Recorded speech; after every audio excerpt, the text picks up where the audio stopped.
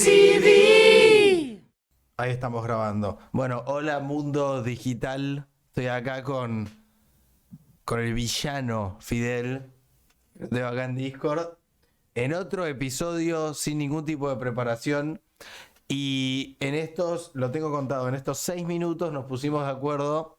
En realidad yo tipo, obligué a Fidel a tipo, a decir algo rápido y decir vamos con eso. Hoy vamos a hablar, aparentemente, del perspectivismo, en lo cual es la pregunta por si hay una realidad única y, de ser así o no ser así, también cómo es que cada uno de nosotros percibe esa realidad, sea gente con distintas condiciones neurológicas y tal vez también cosas directamente que no sean humanas, que también puedan percibir. Así que Fidel, todo tuyo. Uf. Bueno, buen día, buenas tardes, buenas noches. Es un tema que traté en mi tesis en cierto punto, en cierto modo, como esta idea de la realidad, del acceso a la realidad y demás. Creo que es un tema en cierto punto de moda, aunque sea de forma implícita, ¿no? Como la promesa más posmo de decir cada uno tiene una realidad, cada uno tiene una verdad y son todas igual de válidas. Y quizás muchas veces no hablamos de cuál es el marco teórico subyacente que hay detrás de eso, ¿no? De que hay una multiplicación de realidades. Es decir, yo viendo esta charla veo algo distinto de lo que vos ves en esta charla y entonces la realidad está duplicada, ¿no? Lo que percibís vos y lo que percibo yo de esta misma situación crea dos situaciones. La situación vista por vos, la situación vista por mí. Y ponerle, podríamos, una hipotética tercera situación de un espectador, ¿no?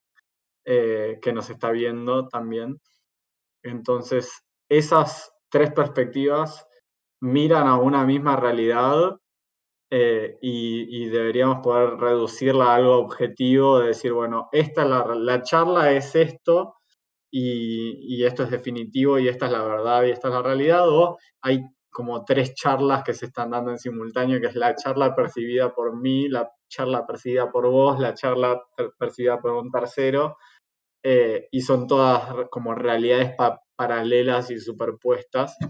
En cierto punto, mi gusto por la complejidad me hace pensar en que la segunda opción es como esta idea de que hay muchas realidades, es lo correcto.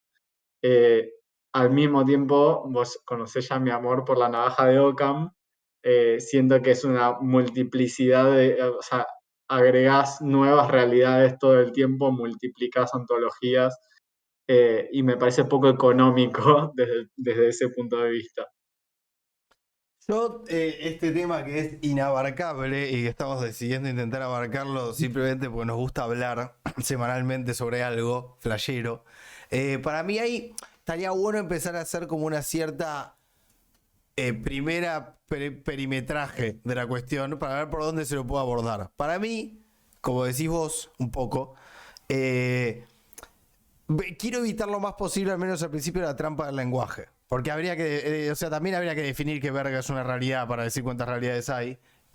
Y lo que quiero decir es, por un lado, me parece que hay una cuestión ético, bla, o sea, agréguenle todas las palabras que quieran al lado de ético, pero digo algo más de carácter del hacer y de qué punto cardinal apunta nuestra ética colectiva y qué nos queremos contar, que ya hace un tiempo en la modernidad, y ahora en la posmodernidad no tanto como antes, pero aún también, se valora mucho la diversidad. O sea que también, por un lado, o sea, uno de los lugares donde me gustaría analizar esto, decir, bueno, por cosas, podemos analizar la historia de estas cosas también, pero por cosas que pasaron hoy en día, se coló del lado más emocional de la discusión, como hablamos el otro día con la democracia, esta idea de que la diferencia es buena. O sea, la gente está a la defensiva contra el término normal.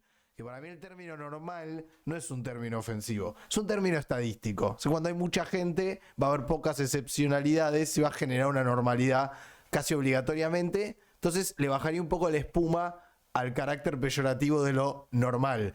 Y después, otra vía por la que me parece que se puede encarar esta discusión es, si entendemos la realidad como un input, o sea, la realidad es, la primera definición que se me ocurre de realidad es aquella selección de información que está entrando a través de mis sentidos.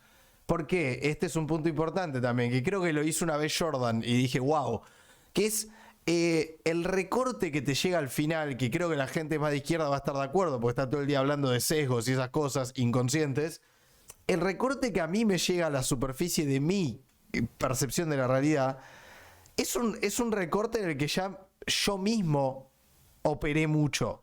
O sea, está bueno también esta otra idea de que es imposible aprender con H la realidad, entre comillas, en su conjunto, porque nuestro hardware no es tan abarcativo y nuestra bandwidth, nuestro ancho de banda, no nos permitirían ver todo el mundo de una. Entonces hay una selección antes de que discutamos. Somos unas máquinas que jerarquizan.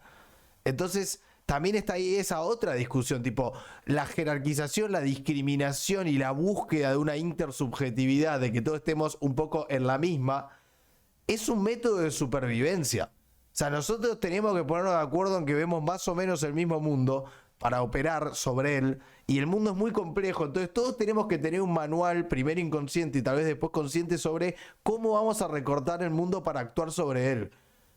Entonces me parece que toda esta superponderación de la diferencia, que está buenísima porque entiendo de dónde viene, un poco ya se está abalanzando sobre otras ideas que están buenas de normalidad y que también son ideas colectivas y organizacionales de normalidad, que me parece que hoy en día están como medio oxidadas, pero estaría bueno recuperarlas. Ese es mi aporte a este estado inicial de la conversación. O sea, me gustaría agarrarlo desde ahí. No sé qué opinas.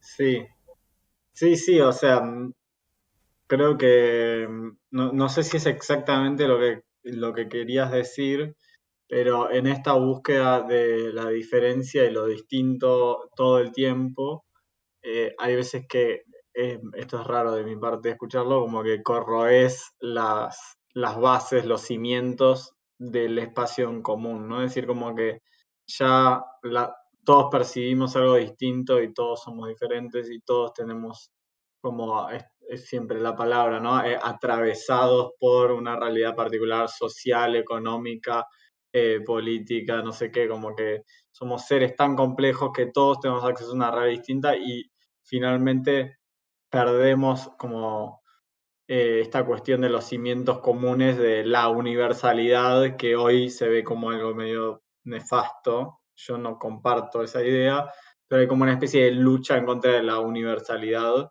porque se la ve como normativa y restrictiva Sí, y violenta, opresiva. claro, claro, exactamente. Y a mí, por mi situación, creo que nunca me pareció algo negativo la búsqueda de, no sé, una especie de bienestar universal. Y hoy en día se ve todo lo contrario, como una búsqueda del bienestar sectorizado por el grupo al que perteneces, ¿no? Esta idea de eh, atomizar las tribus. Quizás si la búsqueda anterior era borrar las tribus y crear un solo grupo humano donde todos tuviésemos eh, como que todos tuvimos acceso a la misma realidad, con mismos derechos y privilegios y lo que sea, ahora se busca al revés, se busca como atomizar y dividir y plantear como qué es el bienestar para este grupo, qué es el bienestar para este otro grupo, qué es el bienestar para este otro grupo, y cuáles son las realidades que perciben y qué es lo bueno y lo malo de cada una de esas realidades. Como que ya no hay una búsqueda de algo global y universal, sino que se buscan las particularidades. Y es medio un trabajo infinito, creo. Ese es uno de los problemas. Sí, y además me parece a mí que es medio como una pesadilla kantiana en algún punto, porque, a ver, vamos desde el vamos. Cuanto más compleja se vuelve la vida, y acá quiero irme al carajo, digo, nosotros como primates super sociales que se organizan y tratan de colonizar muchos climas distintos, la entropía se va volviendo cada vez una enemiga más poderosa, porque el estilo de vida que nos gusta cuesta mucho trabajo. Entonces, yo creo que ya una de las bondades de esta intersubjetividad muy al principio del despertar consciente del hombre en la Tierra era que la organización era importante contra otras tribus y contra la naturaleza. Que un poco me parece que algo, porque la pesadilla kantiana que yo veo es, por un lado, está muy entronizada la militancia, y al menos en este país está muy aprendido el hecho de que la organización es un must be, es un primer paso para la intervención política en la realidad.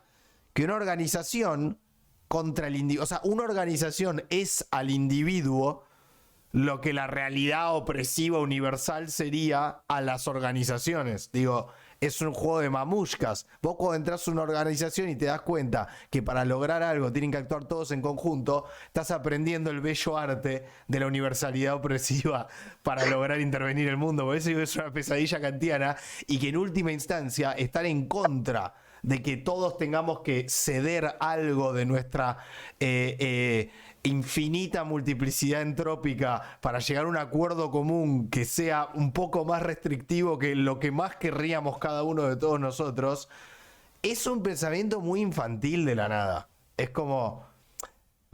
por eso digo, y acá estoy sonando como muy anti posmodernidad, y solo estoy criticando la versión extrema de la posmodernidad. Yo tampoco creo que un posmo con sus credenciales, que sepa discutir y que piense mucho en esto, venga acá a defender que todo tipo de organización es opresiva. Pero sí me parece que esto de... que se van manchando algunos términos. Creo que cuando la gente se queja de la normalidad, no sé si se están quejando de la idea de normalidad o se están quejando de otra gente usando la idea de normalidad para shamear gente distinta. Que no y para la discusión de las perspectivas y de cuántas realidades hay y cómo se aprenden y qué sé yo, en algún momento, al menos la conclusión que siempre llegué yo y que ya llegó Hegel y mucha gente en la historia, es lo más parecido a la objetividad es el acuerdo mayoritario de las subjetividades. Yo no sé cuánto más después de eso se puede avanzar. Tal vez ahora con la computación, alguna suerte de punto de vista no humano con cierto grado de autonomía, pero bueno, estamos yendo hacia ahí. Lo que digo es, por ahora y hasta ahora en la historia era, la objetividad era o de Dios o de los dioses, y después pasó a ser la opinión de la mayoría de las subjetividades. Como que la idea democrática de la discusión formó la intersubjetividad, que es como el único intento posible de objetividad, creo. Sí, ahí no sabría, porque no creo que tampoco estoy de acuerdo con que lo que la mayoría opina es lo que es cierto, ¿no? Eso tampoco Estaría bueno discutir eso un poco. me parece que, o sea, soy muy de pensamiento científico más tradicional, quizás de lo empírico y lo racional, por más que lo racional tiene un componente contingente en el sentido de que la racionalidad muta en el tiempo y lo que consideramos racional cambia como cambian nuestras estructuras de pensamiento, pero lo empírico me parece muy difícil de revocar, aunque o sea, si la mayoría de la gente mañana cree que tomar mercurio hace bien a la salud, como creían el emperador chino 200 años después de Cristo, no va a ser que el mercurio sea bueno para la salud. Como que también creo que hay una cosa mezclada ahora con lo posmoderno que a mí no me encanta, que es como cuando uno cambia la percepción del mundo y el lenguaje, uno cambia el mundo, ¿no? Como que cuando yo modifico cómo percibo la realidad y cómo hablo de la realidad, la estoy alterando. Y desde un punto de vista empírico y más científico, me parece difícil de tomar esa idea y realmente creérmela. O sea, si yo mañana me tomo una tableta de cianuro, por más que me crea invencible el cianuro, no hay manera de... O sea, hay algo físico y químico que es más fuerte que mi percepción y que mi idea de la realidad. Yo en esta me pasa igual que con la religión. O sea, a priori obvio que estoy de acuerdo. A priori obvio que mi impresión de esto es la ciencia es como La ciencia moderna, ¿no? Es el resultado darwiniano, de la lucha darwiniana por la búsqueda de la verdad, y es así como el humano es un tremendo pedazo de hardware gracias a la selección natural. La ciencia es un tremendo pedazo de método para averiguar conocimiento gracias a su historia, y que es la heredera de muchas otras formas menos rigurosas y democráticas. Pero, o sea, sacando la gente que esgrime los argumentos de la posverdad, que generalmente no estoy de acuerdo con ellos porque no me gusta desde la ontología desde la que parten y de cuáles son sus objetivos, sí creo que, que no está tan clara en última instancia la diferencia entre una visión meramente descriptiva del mundo y una visión mayoritaria a nivel de gente que la cree, y los efectos de cada uno. O sea, yo no creo que una verdad científica creída por muy poca gente sea verdad siempre, y que pueda haber tipo falsedades creídas por un montón de gente durante mucho tiempo. Como me gustaría discutir eso. Bueno, pero es que sabemos de ejemplos, digo, em, hace 50 años, o sea, alcanza con ir en el tiempo para atrás, digo, no sé, hace 50 años eh, no se consideraba que fumar causaba cáncer, por ejemplo, ¿no? Ujú. Eh, y hoy se sabe que sí, digo, y que la mayor parte de la gente hace 50, 60, no sé hace exactamente cuántos años, pero hace X cantidad de años no se sabían los perjuicios del cigarrillo, eh, y eso no hacía que esos perjuicios no existan. Simplemente operábamos sobre la realidad de forma ignorante y, y creíamos algo que no era cierto, la mayor parte de la gente. Y Y pero poner el caso más polémico y actual, el del free will, por sí, ejemplo. O sea, a mí todavía me cuesta reconciliarme con la idea que si dentro de 200 años ya la ciencia sigue en el camino en el que está, yo no estoy decidiendo lo que digo ahora.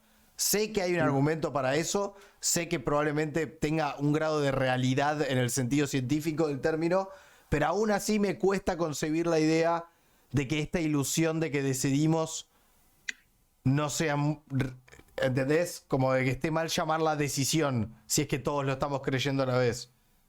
no, es que para mí ahí hay planos de existencia, en el sentido de ordenados en cierta, entre, o sea, ¿los unicornios existen o no? En la realidad, Es que ese es el, o sea, ¿en qué o sea, nivel de la a realidad ver, pero existe? existen informáticamente las mutaciones y la edición genética existe. Yo veo muchos casos en los que el unicornio existe. Por lo pronto existe como una posibilidad dada la tecnología, que no debe faltar mucho. Yo creo Claro, que pero si digo, se pone mucha guita ahora, te hacen un unicornio. claro, pero más allá de la existencia orgánica de un unicornio que viva, ¿no? Pero digo, existen representaciones de unicornios, pero Eso sí, aceptamos eso desde ya, que, sí. o sea, vos podés formar una imagen mental de un unicornio. Digo, Disney hizo dibujitos de unicornios, hay tapices, lo que hay historias, lo que sea. No, tienen un cierto grado de realidad los unicornios, en cierto modo, pero no existen de verdad en el sentido de que no existen como en el mismo nivel de existencia que existimos Pero nosotros. por eso digo, yo no estoy de acuerdo con los posmos, pero si nos vamos a poner muy creepy, y vamos a discutir la interpretación de Copenhagen del principio de incertidumbre de Niels Bohr y nos vamos para ese lado, también te puedo debatir que vos no existís. O sea, de nuevo, a ciertas escalas no está clara la diferencia entre tu brazo y el aire que te rodea. Entonces, hay muchos lugares, por eso te digo, yo sabía que ibas a poner esa cara, lo que me refiero No, es, no, o sea, estoy de acuerdo, el pero argumento posmo de no, nada existe, todo es lenguaje, o sea, entiendo de dónde viene y me da paja y me aburre, pero sacando a esa gente, por eso te lo aclaré al principio, no sé de qué lado estoy, Que es la otra discusión, es la de, bueno, si la superposición existe, si el tema del colapso de la onda existe, si la radiación de Hawking es una incertidumbre para el experimento de la doble hélice, si el entanglement existe, si todo eso existe, bueno, no sé qué onda, boludo. O sea, la ciencia misma, por eso te digo su argumento, si ni siquiera la ciencia sabe qué onda. Sí, creo que este es uno de los temas, como cuando hablas, no sé, del comienzo del universo o de la existencia de Dios, o la, no sé, son como estos temas donde uno no puede dar una respuesta terminante, y siempre que escucho a alguien dar una respuesta terminante, medio que salgo corriendo para el otro lado porque no hay forma de estar seguro, Claro, es ¿no? anticientífica una respuesta determinante. Claro, no, obviamente, en ningún momento creo que o sea, nunca, si hay gente escuchando, no interpreten esto como opiniones finales, ¿no? Como soluciones. A mí me pasa eso también, como hace no tanto vi un video de Visos que habla sobre si las sillas existen. Ah, me lo pasó uno de los chavales con el que hago el podcast. No sé si lo viste. A mí Vi me tipo 3 cuartos, después no me acuerdo por qué no vi el final, Ok. pero vi bastante.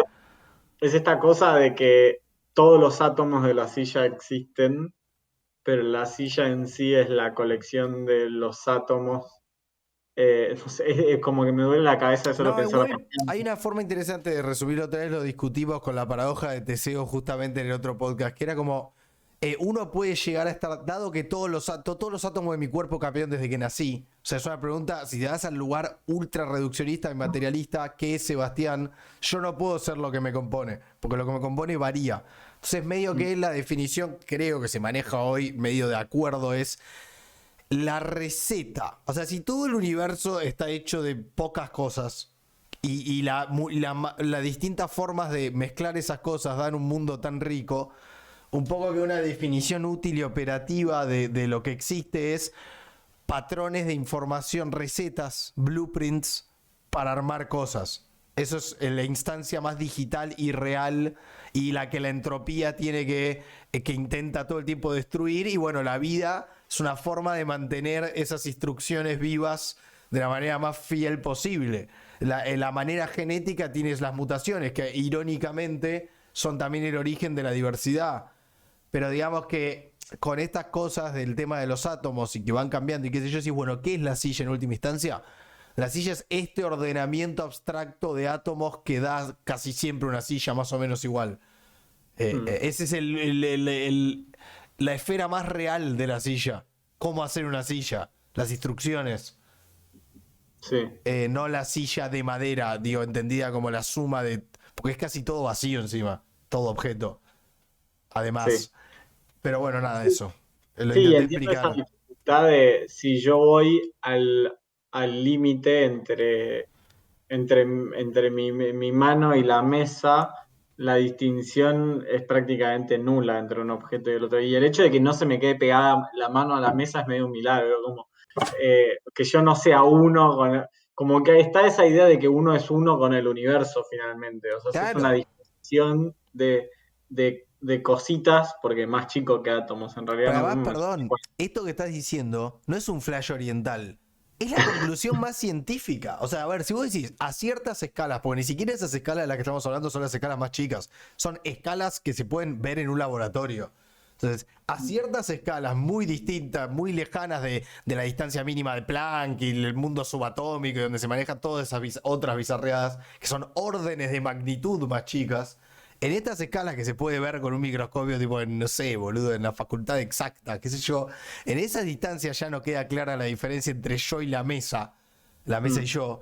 Eh, Después se vuelve también toda una discusión de quién, o sea, a ver, Fidel es un objeto cuando otro objeto del tamaño de Fidel, en este caso Sebastián, tiene un nervio óptico que ve que hay algo lo suficientemente estable en el mundo como para que yo pueda llamar Fidel y que al segundo siguiente siga habiendo algo parecido. Ahora, si el que estuviera teniendo esta discusión tuviera el tamaño de Andrómeda, hay que ver qué es la realidad. Por eso la realidad encima y se vuelve una cuestión de escalas. Es tipo, bueno, ¿qué tamaño tenés y qué recorte? Y por eso te discutía lo de la religión la vez pasada. como que termina siendo una definición ético-funcionalista biológica de la realidad. Es tipo, bueno, la realidad es el recorte que en última instancia me sirve para seguir vivo el mayor tiempo posible. Entonces hay una parcialidad que te aleja mucho de una búsqueda objetiva de la verdad. Por eso creo que pueden dejar de converger y empezar a diverger. Si, a ver, si yo tengo razón, no yo, pero esta idea, si yo tengo razón y la ciencia de verdad es una locura, yo creo que la ciencia es una locura, no es una ilusión que es una locura. Es muy probable que nuestros intereses y nuestra ciencia empiecen a diverger. Porque tenemos un método objetivo de conocimiento e intereses muy no, la palabra no es subjetiva ahí. Intereses muy ¿cómo mierda? Los parroquiales a nivel biológico, o sea, ¿entendés? Que no tienen por qué estar sumados a la realidad. Entonces, si podemos conocer la realidad, yo ya te digo, y para mí el desarrollo de nuestras escalas, nuestras unidades de análisis... A ver, ¿por qué? ¿Por qué, boludo, consideramos que un grupo de células como las que me componen a mí, con toda su diversidad, con la pelea de genes que hay, genes que parasitan al cuerpo, de genes que ayudan al cuerpo, de toda mi flora intestinal y todas las colonias de verga que viven adentro de mi cuerpo? ¿Por qué carajo asumimos que este es la unidad de análisis? Tipo, a esto le damos un DNI. A esto, no a la sociedad. Buenos Aires no es un individuo. Tipo, mi brazo no es un individuo. Yo soy un individuo. Es recontra... La única justificación de eso es tipo, todos medimos más o menos 1,70 m en average. Y vemos el mundo desde acá. O sea, sí y no, perdón. A O ver. sea, justo tu brazo me hizo un poco de daño, A ver. como que yo entiendo que la organización en la biología, justo quería hablar de eso cuando mencionaste, es que, como pasa con la vida, ¿no? Las células que uno no consideraría una célula sola como un organismo inteligente o consciente o vivo, bueno, vivo sí, ¿no? Pero o un grupo, una tira de ADN sola no la consideras viva, pero cuando empezás a sumar componentes te da una célula, y cuando sumas células te da un órgano, va un tejido, de un tejido te da un órgano, y después muchos órganos te da un individuo, y decís, el individuo que nosotros definimos como tal tiene partes que parecen ser subindividuos, como mencionaste recién, la flora intestinal, tenés un montón de colonias de bacterias y en la superficie de la piel también, que normalmente si las vieses afuera de una persona, lo considerarías individuos aparte. Y nosotros somos como un individuo compuesto por individuos, en cierto sentido. Y si vos vieses o sea, si vos agarrás una célula muscular mía y la tirás, considerarías que eso está muerto. Si está dentro mío, consideras que está vivo. O sea que depende de dónde esté las células, si la consideras una cosa o la otra, y, y uno compuesto de muchas cosas que por separado estarían muertas, es un organismo vivo, como que hay una cosa hay propiedades emergentes o propiedades del todo que no son propiedades de las partes. Eh, y bueno, ahí justo en unidades de análisis te diría, por ejemplo, hay biólogos que te dirían que un ecosistema es un individuo. Bueno, Eh, el hormiguero no se toma como un individuo, por ejemplo.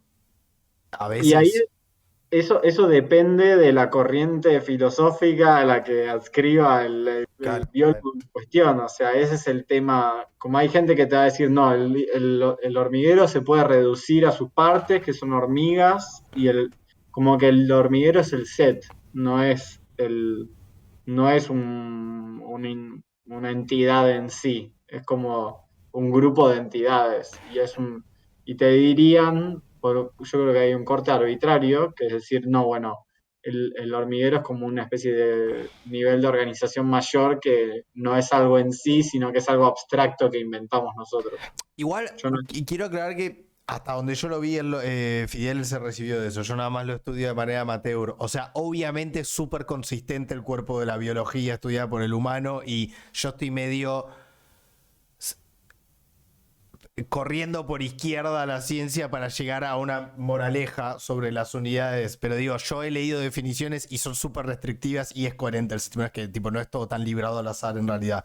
Igual voy a seguir haciendo este disclaimer que lo estoy empezando a hacer cada vez más, que es, voy a decir muchas boludeces porque pienso pasar mucho tiempo al aire. Así que no lo voy a aclarar más. Lo voy a empezar a poner flotando por ahí. Bueno, Claro. ¿a qué quiero ir? Digo, en los confines de la ciencia, en la vanguardia, las cosas se están poniendo muy confusas. Entonces, no es solo un flash decir que es todo muy confuso. Y la verdad que, a ver, también tendría sentido que nuestra ciencia, por más rigurosa que intente ser, siga, a ver, porque esto es difícil de decirlo en pocas palabras. Intentemos entender la diferencia de lo que sería otro punto de vista que compita con el humano. Ponele que AlphaGo tipo avanzara. Chino dice, donde no llega la ciencia entra la creencia. Ahora vamos, esa la tiró Freud, creo. Pero vamos al tema de AlphaGo, tipo la versión de AlphaGo del 2070. Tipo, tiene un despertar, una singularidad y empieza a poder mejorarse a sí misma.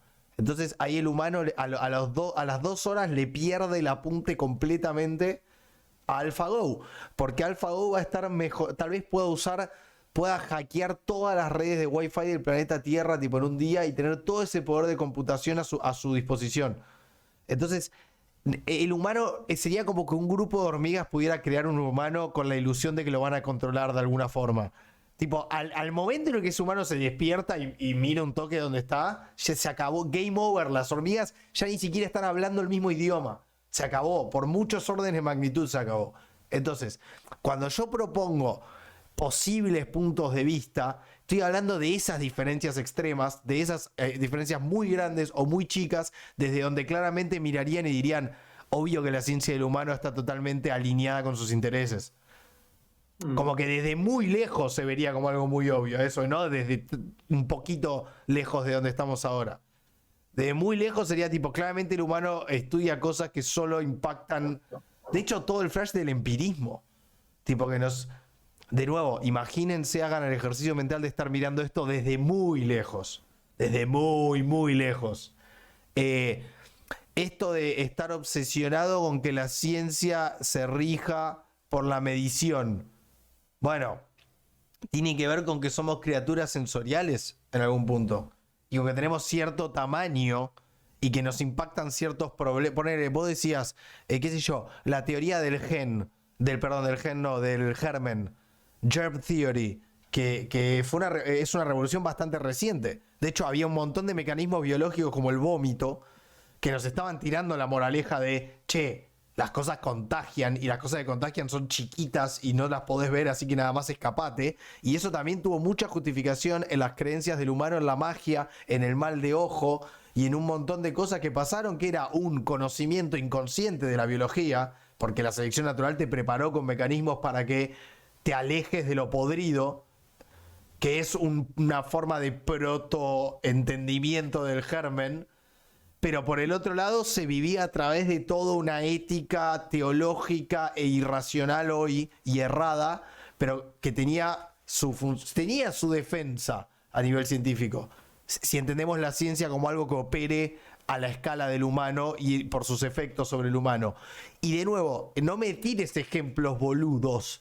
Tirame los ejemplos picantes como el free will. Ese es un ejemplo picante. Ese es un ejemplo picante de algo que si una máquina tipo termina de explicarnos dentro de 200 años por qué nada de lo que hacemos tiene sentido, nos va a rechupar un huevo y toda esta vida que tenemos va a haber sido real de alguna forma. ¿Entendés? Sí, o sea, de vuelta. A ver, el mal de ojo. El chino es como tener una vecina de Hurlingham, ¿eh? Y te está trapeando mientras te tira. Mirá que yo vi el mal de ojo, ¿eh? No, igual sí, eh, chino, qué sé yo, hay mucha gente que sostiene cosas. Nosotros acá somos medio antis. Con todo, Fidel más que nada. Yo al lado de Fidel soy un hippie de mierda de este podcast. Fidel es el super anti. Pero bueno, a mí me... te dejo hablar que dije algo muy largo. eh, uy, sí, perdón.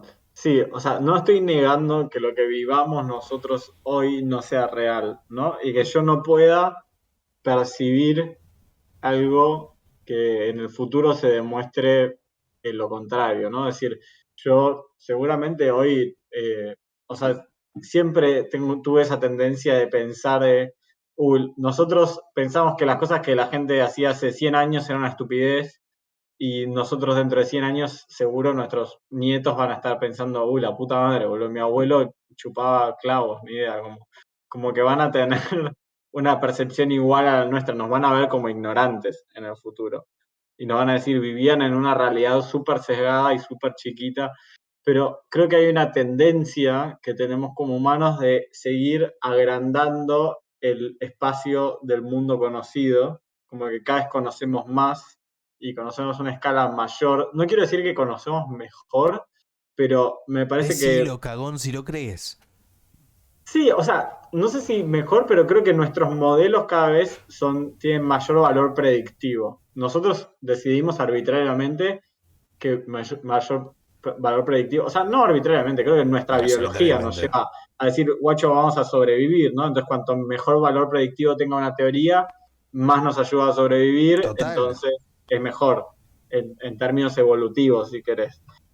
Eh, entonces, en esa espiral, en ese círculo creciente de que cada vez sabemos más, y es esta cosa socrática de que cuanto más sé, más me doy cuenta que sé menos cosas, entonces estamos llegando a ese punto de confusión absoluta, es decir, como nuestro círculo de conocimiento es tan grande, o sea, sigue siendo ínfimo para el universo, ¿no? Pero es tan grande para un ser humano, para un animal terrestre, es gigante lo que sabemos y la capacidad de entender el mundo nuestra es increíble, pero nos damos cuenta que afuera de nosotros hay un universo enorme y de cosas que no entendemos y cada vez entendemos menos. O sea, cuanto más entendemos, menos entendemos.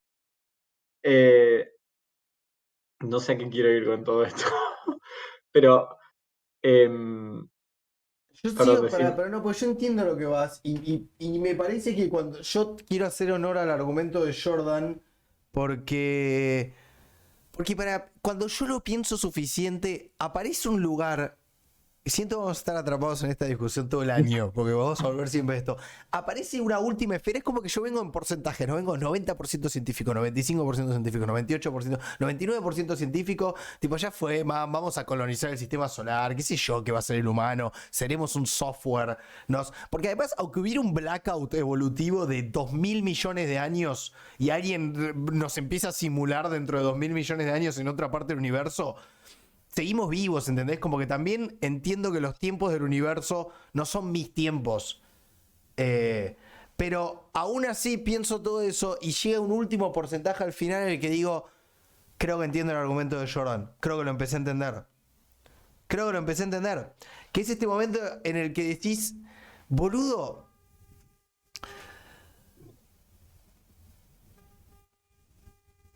a ver, vamos a aplicar ciencia pura y dura. El fenómeno favorito, tipo, bueno, acá el chino ya empezó a joder con el tiempo. Que no, todavía no quiero entrar ahí. Igual tiene razón el chino. Cuando uno empieza a hablar del tiempo es medio game over. Pero, mira, Mm. la inducción bayesiana.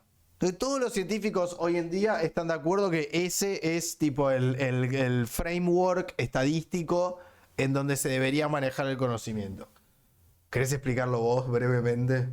No, no, no, no tengo las herramientas. O la inducción bayesiana es tipo cuando alguien te hace la típica, ¿y cómo sabes que entre 200 años no van a descubrir que todo lo que creían ahora está errado? Esa pregunta de mierda que no tiene ningún sentido. Bueno, ahí viene el Bayes, que era un, no sé, es en francés, así que vos probablemente lo pronunciarías mejor, que era un chabón que estudiaba el riesgo y la estadística del siglo XIX y que ideó un sistema que hoy en día es tipo el sistema Silicon Valley, es el sistema del MIT, o sea, todos los libros de física, de biología, de neurología, todos, es tipo, es ¿cómo le digo? Su paradigma está ahí, como si te dijera Kuhn o Popper, bueno, ahora están todos con Bayes. Y la inducción bayesiana simplemente lo que dice es, vos dividís el mundo en tu saber actual y distribuís si lo pensás con guita es más fácil, te dicen, bueno, tenés 100 pesos y tenés que predecir qué es lo que va a pasar. ¿A qué le vas a poner la guita? A lo que considerás más probable. O sea, cuando lo pensás con guita, hay un buen incentivo para que el ejercicio mental no se enchastre. Entonces, básicamente, la conclusión es, si querés hacer una claim, si querés venir a decirme algo como las boludeces de los anti-vaxxers o el 5G o todas esas cosas que comprometerían la estructura de la realidad, Dios, cuanto más grandilocuente sea lo que querés que yo crea, dame una evidencia proporcional a todo el quilombo que querés hacer. De no ser así, voy a seguir apostando a la segura y a la gradualista. Es algo muy simple, cuando lo ves ahí bien desarrollado es un poco más complejo, pero la moraleja es muy simple. Es, yo creo en esto porque hay una pila de evidencia que lo sustenta. Necesito una pila más grande para dejar de creer en esto. Es básicamente esa la conclusión. Entonces, desde un lugar bayesiano, yo te digo, la ciencia se está poniendo creepy.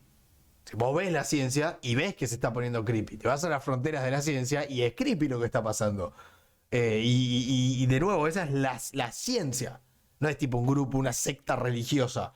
La ciencia diciendo, che, el tipo, la mecánica cuántica, tipo, son los modelos predictivos más zarpados que tuvo la humanidad, tipo, con una efectividad de predicción de 8 decimales después de la coma. Tipo, eso es magia directamente. Sos un chamán, tipo, adivinando cosas. Y te dicen, no entiendo las implicancias de mi modelo predictivo más zarpado, y las únicas implicancias que sí entiendo, si aplico la navaja de Occam, me hablan de un multiverso. ¿Entendés? Si no, tengo que hacer una interpretación re bizarra en el que tipo el humano interfiere en la observación y cambia la realidad, que es re posmo la interpretación de Copenhagen, es re virga, tipo, nadie la quiere. Entonces, y de nuevo, ni siquiera es una pelotudez teórica, porque la computación cuántica ya existe. O sea, se hacen cosas muy puntuales con las consecuencias de estos cálculos. Entonces, lo que yo planteo es cuándo el argumento de Jordan se vuelve interesante, al menos para mí. En el momento en el que decís, bueno, ponele que la humanidad craqueó el código, lo craqueó, entendió que colectivamente y mediante la ciencia tenemos un poder que es tipo teológico. Bueno, llegado el caso de que nos encontremos con una realidad muy probable, que son cosas como poner que el global warming se pone picante en serio. Como pasó con el COVID, que medio que los países tuvieron que decir, se mueren un par de viejos de más, o frenamos la economía, ¿quién va a pagar el costo? Ahora que lo sabemos, porque lo loco del COVID fue que lo sabíamos. Si no lo hubiéramos sabido, a nivel trolleology, como habla Joshua Green, hubiera sido tanto más tranquilo ver la cifra de muertos y decir, más no sé ni qué nos está pasando, como la peste negra. Yo voy a seguir laburando. Si ve a alguien toser, lo ignoro. Pero digo, la humanidad tuvo que decir, voy a cerrar el país para que un viejo viva 5 años más. Y lo hicimos. Y lo hicimos, si me preguntás a mí, por el simple hecho de que lo sabíamos y que había una carga ética en ignorarlo. Había un gobierno que tenía que salir a decirle a los viejos, mal ahí, amigo, no queda otra, utilitarismo. Es la feliz, ¿entendés? Entonces, si eso se pone más picante a niveles, che, viene un holandés y te dice, boludo, en 2 años desaparece esta ciudad costera si no cerrás esta planta en Tailandia. Y es tipo, una vez que lo sepamos eso, que del otro lado, que la ciencia, pues, asumiendo que la ciencia es lo que es, y que existen probabilidades de desastres climáticos, porque es una probabilidad. De hecho, todos los dinosaurios se extinguieron por un desastre climático. No es cosa. Bueno, lo estoy leyendo en el libro. Está, tipo, dicen que el sol no se vio durante años por la cantidad Sí, de... bueno, pero desastre climático siento que lo achicaste, porque se cayó un fucking meteorito en el medio de ¿Y qué Yucatán mierda y es el clima, reventó. boludo? ¿Qué meteorito Pero eso forma va más parte? allá. Por desastre climático yo pienso en un ciclón, porque estamos hablando de un desastre climático de proporciones bíblicas. Bueno, Tipo, boludo, pero a ver, en todo el momento puede pasar eso. Eh, Dios se enojó, dijo los dinosaurios, chau, borrón y cuenta nueva, arranco nueva partida del Sims. Está Eh, bien, pero además, de nuevo, seguimos obsesionados con las timescales que nos importan a nosotros. Si me decís que dentro de 4000 años va a haber un meteorito, es tipo, sí, chupala, boludo, problema de mis tataranietos. Pero digo, es un problema.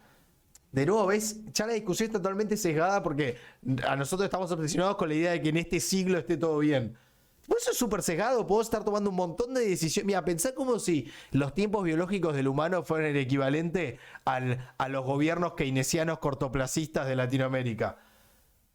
Tipo, hacé esa analogía, boludo. Estamos, o sea, por estar obsesionados con escalas de tiempo humanos, estamos tal vez tomando una sucesión de medidas cortoplacistas que van a afectar mucho al planeta en un mediano plazo. Porque ¿quién de nosotros está...? Poné que la ciencia nos da como resultado que tenemos que empezar a pensar en términos muy transgeneracionales. Tipo, tenemos que tomar medidas de acá al año 3000. Obvio que no las vamos a tomar. Tipo, obvio. Bueno, es parecida a la discusión que tuvimos hace un par de podcasts. Ahí le Bueno, contesta al chino, perdón, chino. sí, Está haciendo preguntas la muy flexibilidad tipo que nos... entiendo que no sé nada de astronomía Yo en no vi la preciso. peli, por eso no... Nada, o sea, un par de astrónomos, DiCaprio y Jennifer Lawrence, descubren que un meteorito va a estrellarse contra la Tierra en, no sé, 3 meses y nos vamos a morir todos, porque es un meteorito de 10 kilómetros de ancho, una cosa así. Y le pegan tipo fecha, día, hora, prácticamente al minuto en el que va a pegar y efectivamente pega y se muere todo el mundo. Em, Buen spoiler. sí, La quería pero es ver. un poco la premisa de la película, tipo, es inevitable y la predicción científica es veraz, como que no es discutible. Claro. ¿Qué hacemos con ese dato? ¿No? En 3 meses nos morimos todos. ¿Qué pasa si sale ese, como la premisa Bueno, de la vos película? jugaste al... No sé qué tan gamer sos. ¿Jugaste al Horizon Zero Dawn? No, Ahora todavía se no. viene Forbidden West encima. No, Ok. bueno, porque medio que pasa... O sea, voy a spoilear el juego porque me pueden chupar todos un huevo. Medio que llega a una situación en la cual, de nuevo, hay un quilombo con las máquinas, bla, y la humanidad es insalvable. Está tipo el Pentágono ganando tiempo, tipo tirando gente joven en una guerra contra los robots para ver qué hacen, y vos ves todo en hologramas que quedaron de ese pasado. Ahora estás en un nuevo mundo que es tipo medio tribal, pero medio tech, como que hay dinosaurios, robots y humanos viviendo de una forma medio tribu. Es un juegazo, la verdad. Y empezás a entender cuál fue la solución. Y la solución fue, por un lado, entender que esa humanidad iba a desaparecer y que la única forma de que la humanidad trascienda en el tiempo era sentar las semillas para una nueva humanidad muy en el futuro. Mm, Entonces, como que ves muy bien el plot twist en el que la humanidad presente, que está condenada a morir, toma la decisión de, bueno, man, ya estamos muertos nosotros, pero no tiene que terminar la raza humana por esto. Y están tomando una decisión muy hacia el futuro, casi un futuro con el que no puedes empatizar mismo. Porque, tipo, vos no lo vas a vivir, tal vez sale mal, y es muy dentro del futuro. mm. Pero bueno, volviendo al argumento Jordan, es la conclusión de nuevo es, ¿qué mierda pasa si tomemos lo de Don't Look Up? ¿Qué carajo?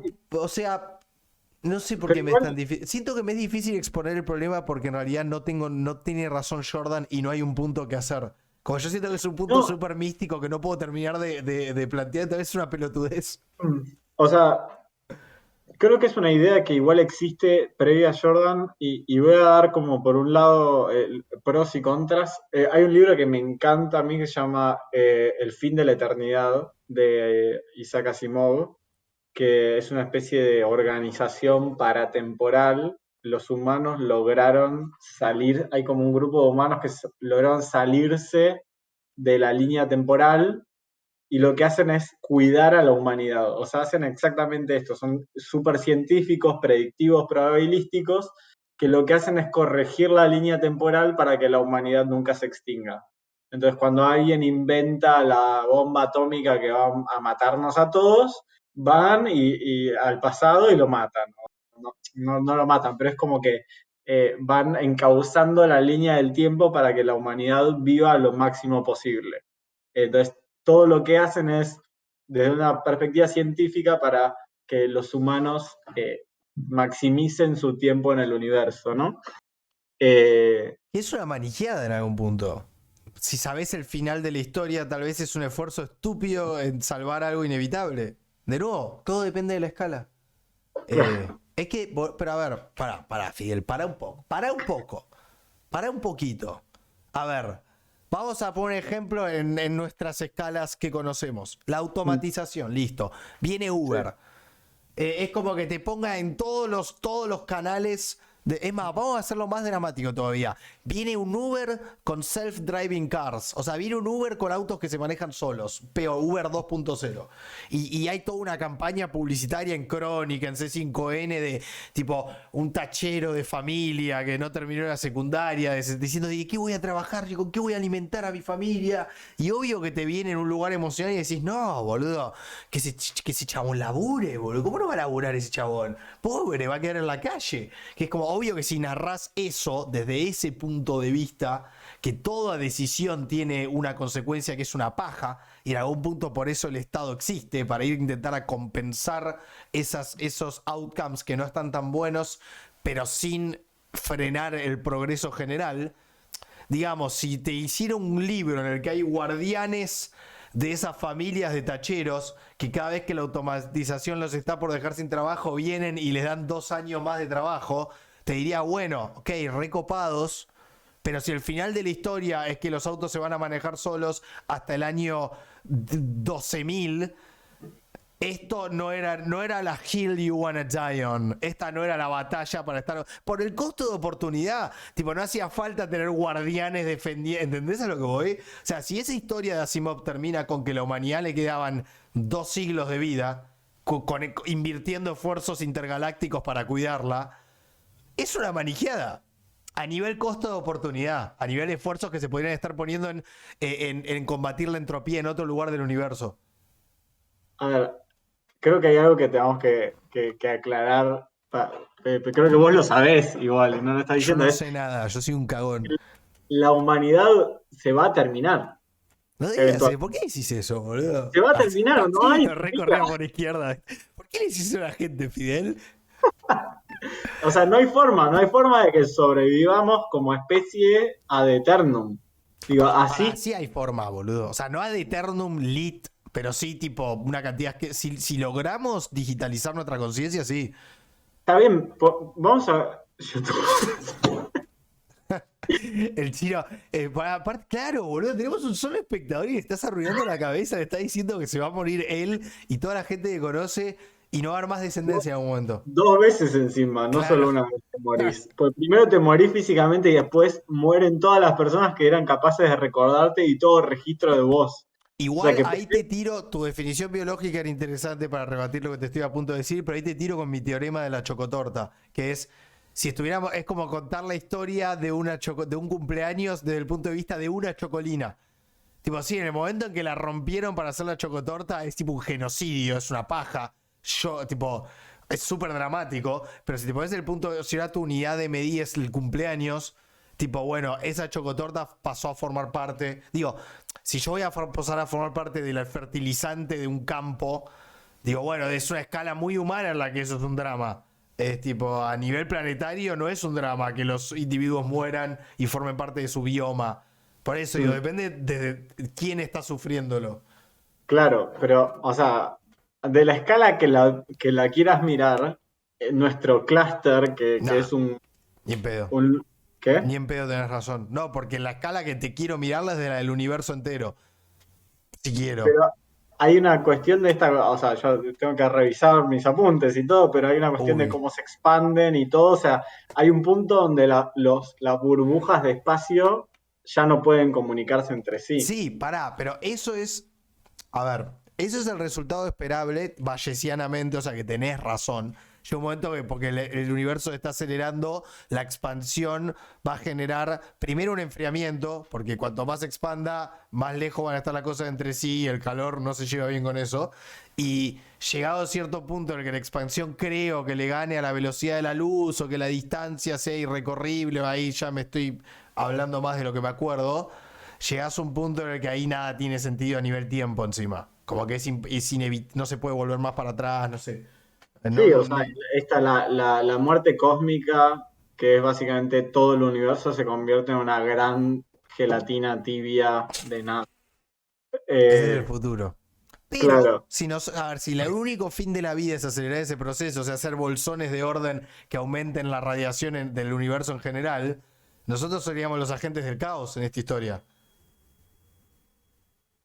Como o sea, siempre yo vivía la vida como un agente del orden, ¿no? Bueno, Porque, no, bueno, pero ¿cuál es la segunda ley de la termodinámica con la cual Asimov está totalmente obsesionado, que era la entropía? Dice que cualquier acción va a tener una plusvalía de efectos. O sea, cualquier cosa cualquier orden que vos quieras mantener en el universo va a tener un efecto mayor de radiación hacia otro lado. Como la heladera. Tipo, querés que la comida esté fría, bueno, poné la mano atrás de la heladera. Ese es el calor que le estás tirando al ambiente, es mayor que el calor que estás evitando que ¿se entiende? Bueno, entonces, como eso la vuelve irreversible. Entonces hay gente que dice, bueno, si quiero ponerme en una escala cósmica y el universo está avanzando hacia su muerte térmica, la vida es un acelerador de entropía, es un aumento del orden y de la complejidad que lo único que está haciendo es gastar los recursos a un rate más rápido para mantener el orden en este parche local del universo, a expensas de adelantar la muerte térmica del universo en general. sí, o sea, somos un catalizador de la muerte universal. Seríamos como la idea que tiene la oposición del planero. Digo la idea que tiene la oposición del planero porque yo no tengo esa idea del planero, pero quiero que se entienda la figura sin tener que yo bancarla. Pero seríamos como un maximizador de lo que hace el planero para la oposición. Cada vez nos volvemos más eficientes en vivir al Estado, en niveles térmicos, y el Estado sería el universo. Esa sería la analogía. Por eso digo la idea que la oposición tiene del planero. Yo soy oposición hoy en día al kirchnerismo, pero no pienso eso de la gente que cobra planes. Hago todos los disclaimers y nadie me cancela. Pero me sirve la figura heurísticamente, creo que se Te entiende. estoy contagiando lo precavido. No, hay ciertos mensajes que de verdad no quiero dar. Pero me sirve mucho la figura. Lo que la oposición más recalcitrante cree de los planeros es exactamente la analogía que quiero hacer con el universo y nosotros. Y no se me está ocurriendo un ejemplo mejor. Así que lo voy a usar por su valor figurativo, no por sus implicancias éticas. Entonces, somos muy eficientes en aumentar el rate. ¿Cómo sería la versión en español de rate? La velocidad, sí. No me sale, boludo. El rate del cambio, o sea, La tasa. Gracias. Gracias, Fidel. Bueno, somos muy buenos en aumentar nuestra tasa de desorden. O sea, o sea, si el universo fuera nuestro daddy, tipo, el universo es tipo Macri o Larreta o Kicillof o Alberto ahí viendo sus números del día, estarían diciendo, intergalácticamente, estarían diciendo, la puta madre que me remil parió. Cada vez me dan más radiación. A eso voy. Sí. Entonces, hay físicos que dicen, bueno, ¿te querés poner cínico vos que te gusta la navaja de Occam? Bueno, la definición más económica es que la vida está nada más acelerando la muerte térmica del universo. Es lo más básico que pareciera estar haciendo en el orden enorme de las cosas. Claro. Pero yendo a esas escalas, ¿no? Que digamos, vamos a ver desde muy lejos. Para mí ahí es donde el argumento de Jordan y lo que sostenés de la divergencia entre la ciencia y el objetivo de la vida, por más que puedan diverger en algún momento, digo, vamos a terminar en el mismo lugar, que es que en algún momento todo esto se termina. O sea, hay un momento que tenemos game over de la humanidad, querramos o no. O sea, no veo la forma de escapar al game over. No, Digo, tal vez podríamos. la forma de escapar al game over es que te empiece a chupar un huevo, tal vez. Que va a haber un game over indefinido eventualmente. Ah, pero yo como individuo, o sea, yo quiero ser inmortal, ¿no? Pero, digo, yo como individuo no me importa que haya un game over. Pero a ver, Digo, pará. Pero analicemos un segundo. Van 13.000 años de domesticación de la agricultura. sí, Es poco. Vos sos biólogo. Decíla, no le mientas. Dejá de mentirle a la gente, Fidel. Es poco. Hay poca sí, historia documentada. O sea, sí. el humano del pasado nos empezó a dejar cosas escritas medio unívocas, donde más o menos dentro de su lenguaje de mierda y los pedazos que faltan, se entiende de qué mierda estaban hablando con algo de precisión. Bueno, y no tenemos que terminar de interpretarlo diciendo, no, pero las vasijas eran curvilíneas. O sea, en el momento en que nos llegue información que es tipo, bueno, quisieron decir esto. Es muy poco, es muy poco. Y en ese tiempo pasamos de creer cualquier pelotudez a creer una multiplicidad de otras pelotudeces y ahora a creer en la ciencia. Entonces, me recontraimagino un futuro cercano, te estoy hablando tal vez el hijo de mi nieto, en un paradigma educativo en donde free will ya esté entendido y en donde el tema de las escalas cuánticas esté recontra discutido y tipo la gente se siente inmortal porque el valor... A ver, en el medioevo no existía el individuo, en el medioevo no se lloraba una muerte. Realmente era una sociedad tan colectivista en su concepción hasta el Renacimiento que toda la Europa feudal y del temprano medioevo, sacando las cruzadas, que fue medio un despertar medio renacentista, pero muy atravesado por la religión, en los registros, o sea, si vos vas al medioevo a decir no quiero que mi hijo se muera en la guerra, todos te mirarían como, ¿qué carajo estás diciendo? Tipo, qué verga, es como que yo entre ahora a un McDonald's sin barbijo y diga chúpanme todos un huevo con el COVID. Así me mirarían en el medioevo si yo planteara la idea de que la muerte de un familiar es algo muy trágico para alguien. Porque era una visión mucho más comunitaria de la vida. Entonces, ya hay registros del humano creyendo radicalmente otras cosas respecto de qué es la trascendencia, la vida y el fin y cuál es la unidad de... O sea, muchos orientales se creen formando parte de una cadena energética que ocupa todo el universo y creen que la subjetividad es una ilusión. Bueno, de hecho estaría más... El mindfulness está más cerca de la ciencia de lo que me gusta reconocer.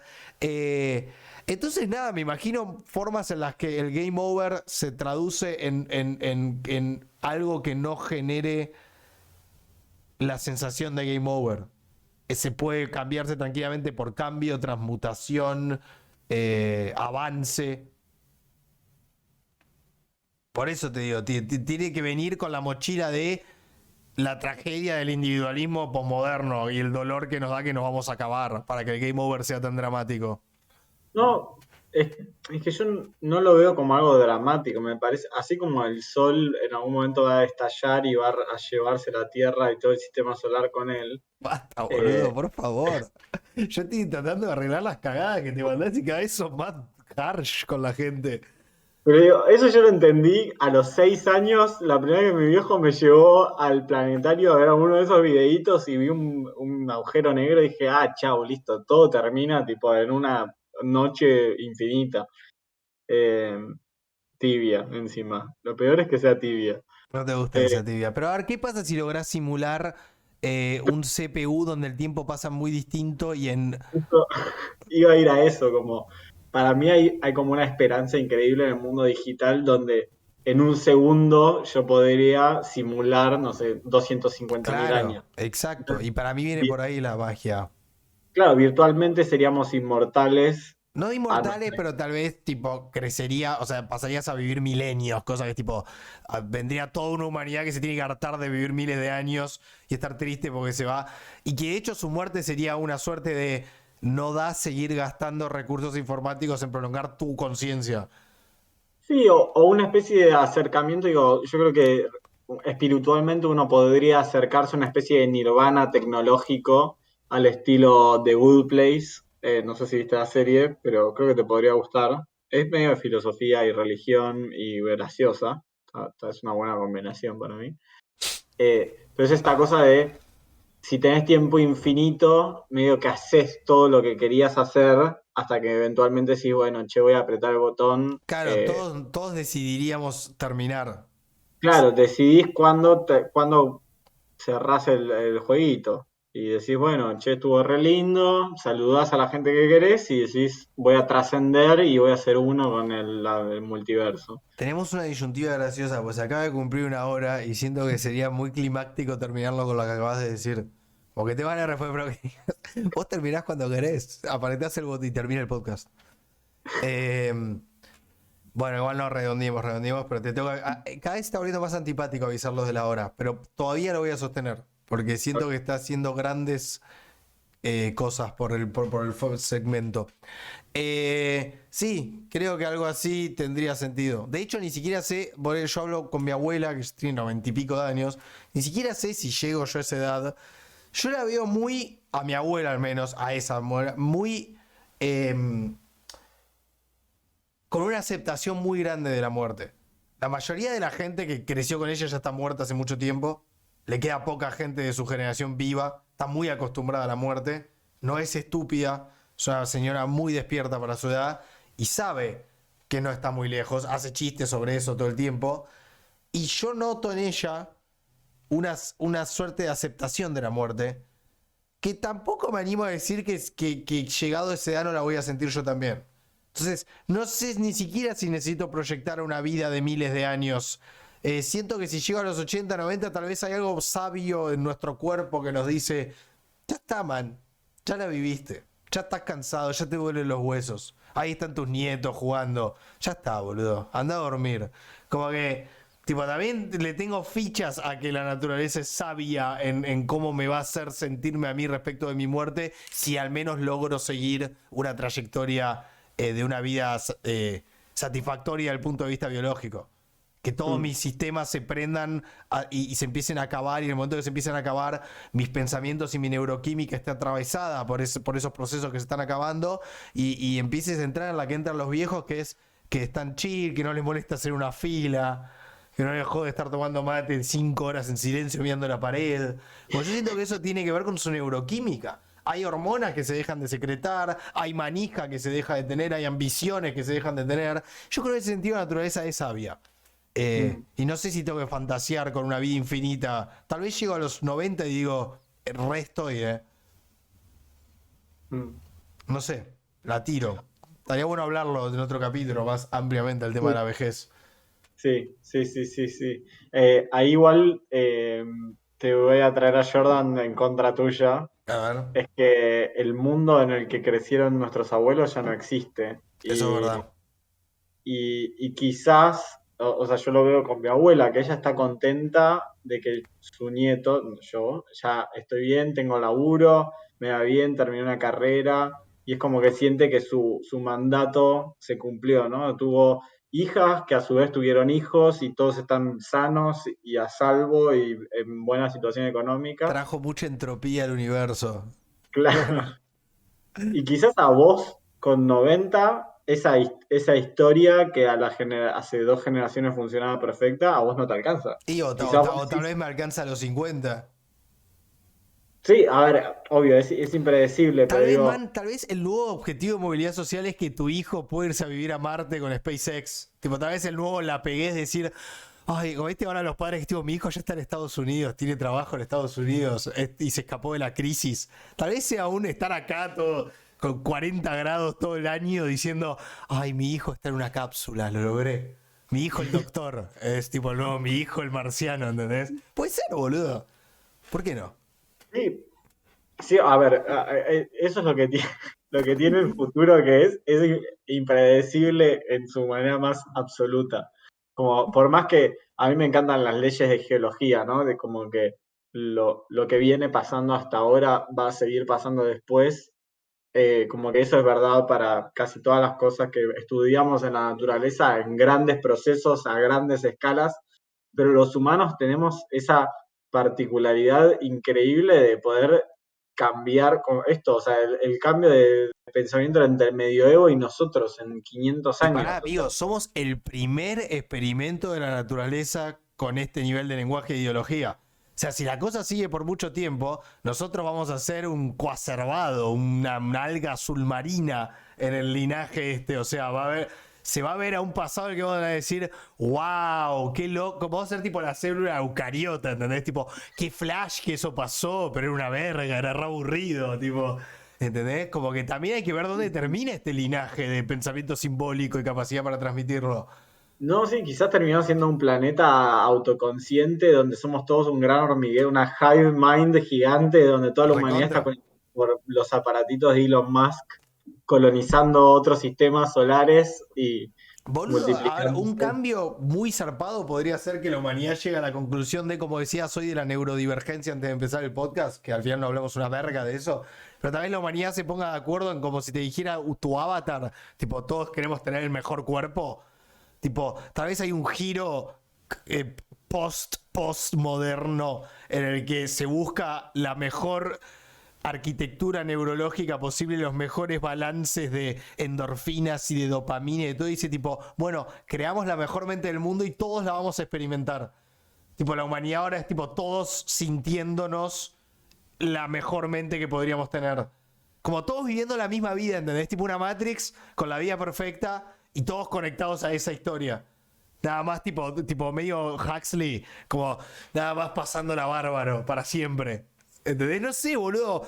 O sea, si van a haber saltos galácticos bizarros, no los voy a poder predecir yo, la verdad. Y si me voy a poner a flashear, me voy a poner a flashear con cosas realmente trascendentales. Si no, no me la estoy jugando. Pero bueno, va 1 hora y 10. Yo diría que lo cortemos acá. Vale, Y sigamos así, porque para mí estamos llegando hacia un lado. O sea, somos como la humanidad. Estamos llegando hacia algún lado, nada más que no hay teleología en el universo. O sea, no existe un plan maestro para este podcast. Este podcast es como la selección natural. Este podcast va a ir ciegamente, paso a paso, y llegará a alguna costa. Habiendo hecho un recorrido muy caro e innecesario, que con un poco de diseño inteligente se podría haber abrevado mucho. Sí, vamos a ser como los humanos que tenemos los ojos al revés. Bueno, ¿por qué no te despedís de la gente a la que le arruinás la vida todas las semanas? Me despido de todos. Voy a hacer uno con el universo ahora.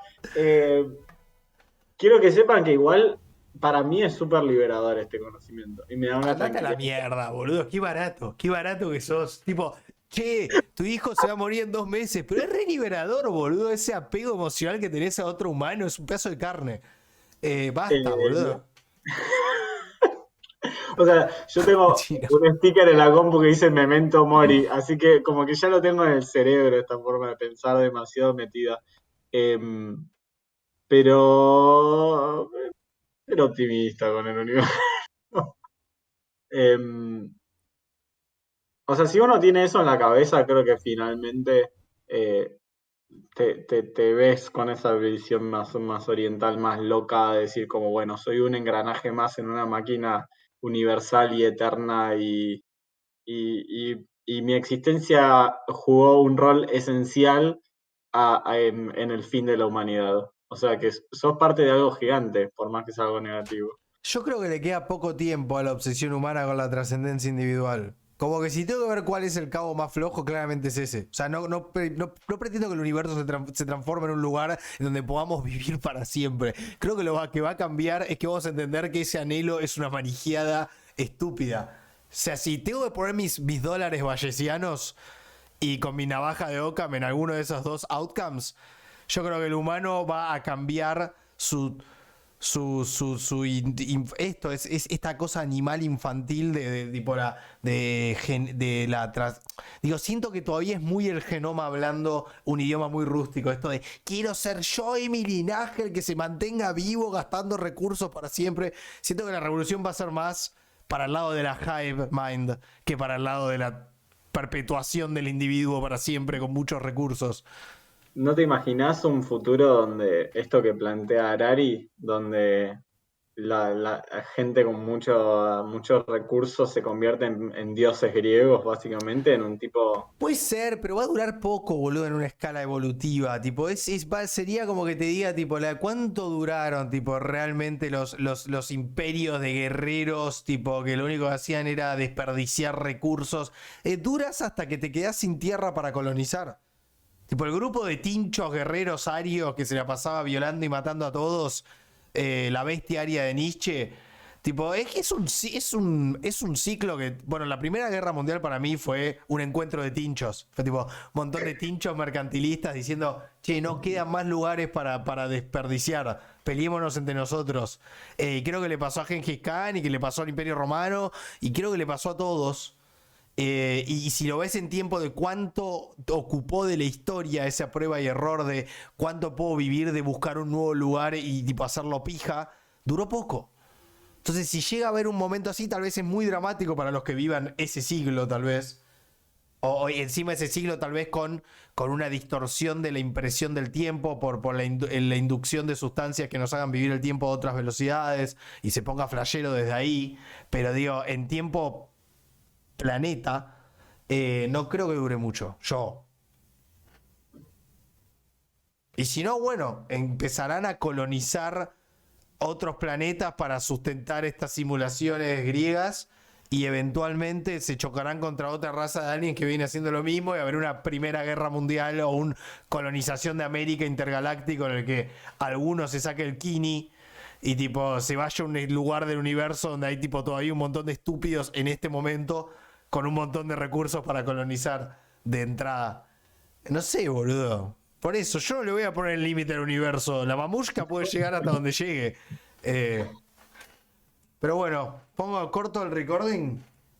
Dale, dale, dale. Bueno, gente, nos vemos la próxima. Archi mega bye a la gente de Vuelta, YouTube. poner el número en pantalla, ya sabes la atención.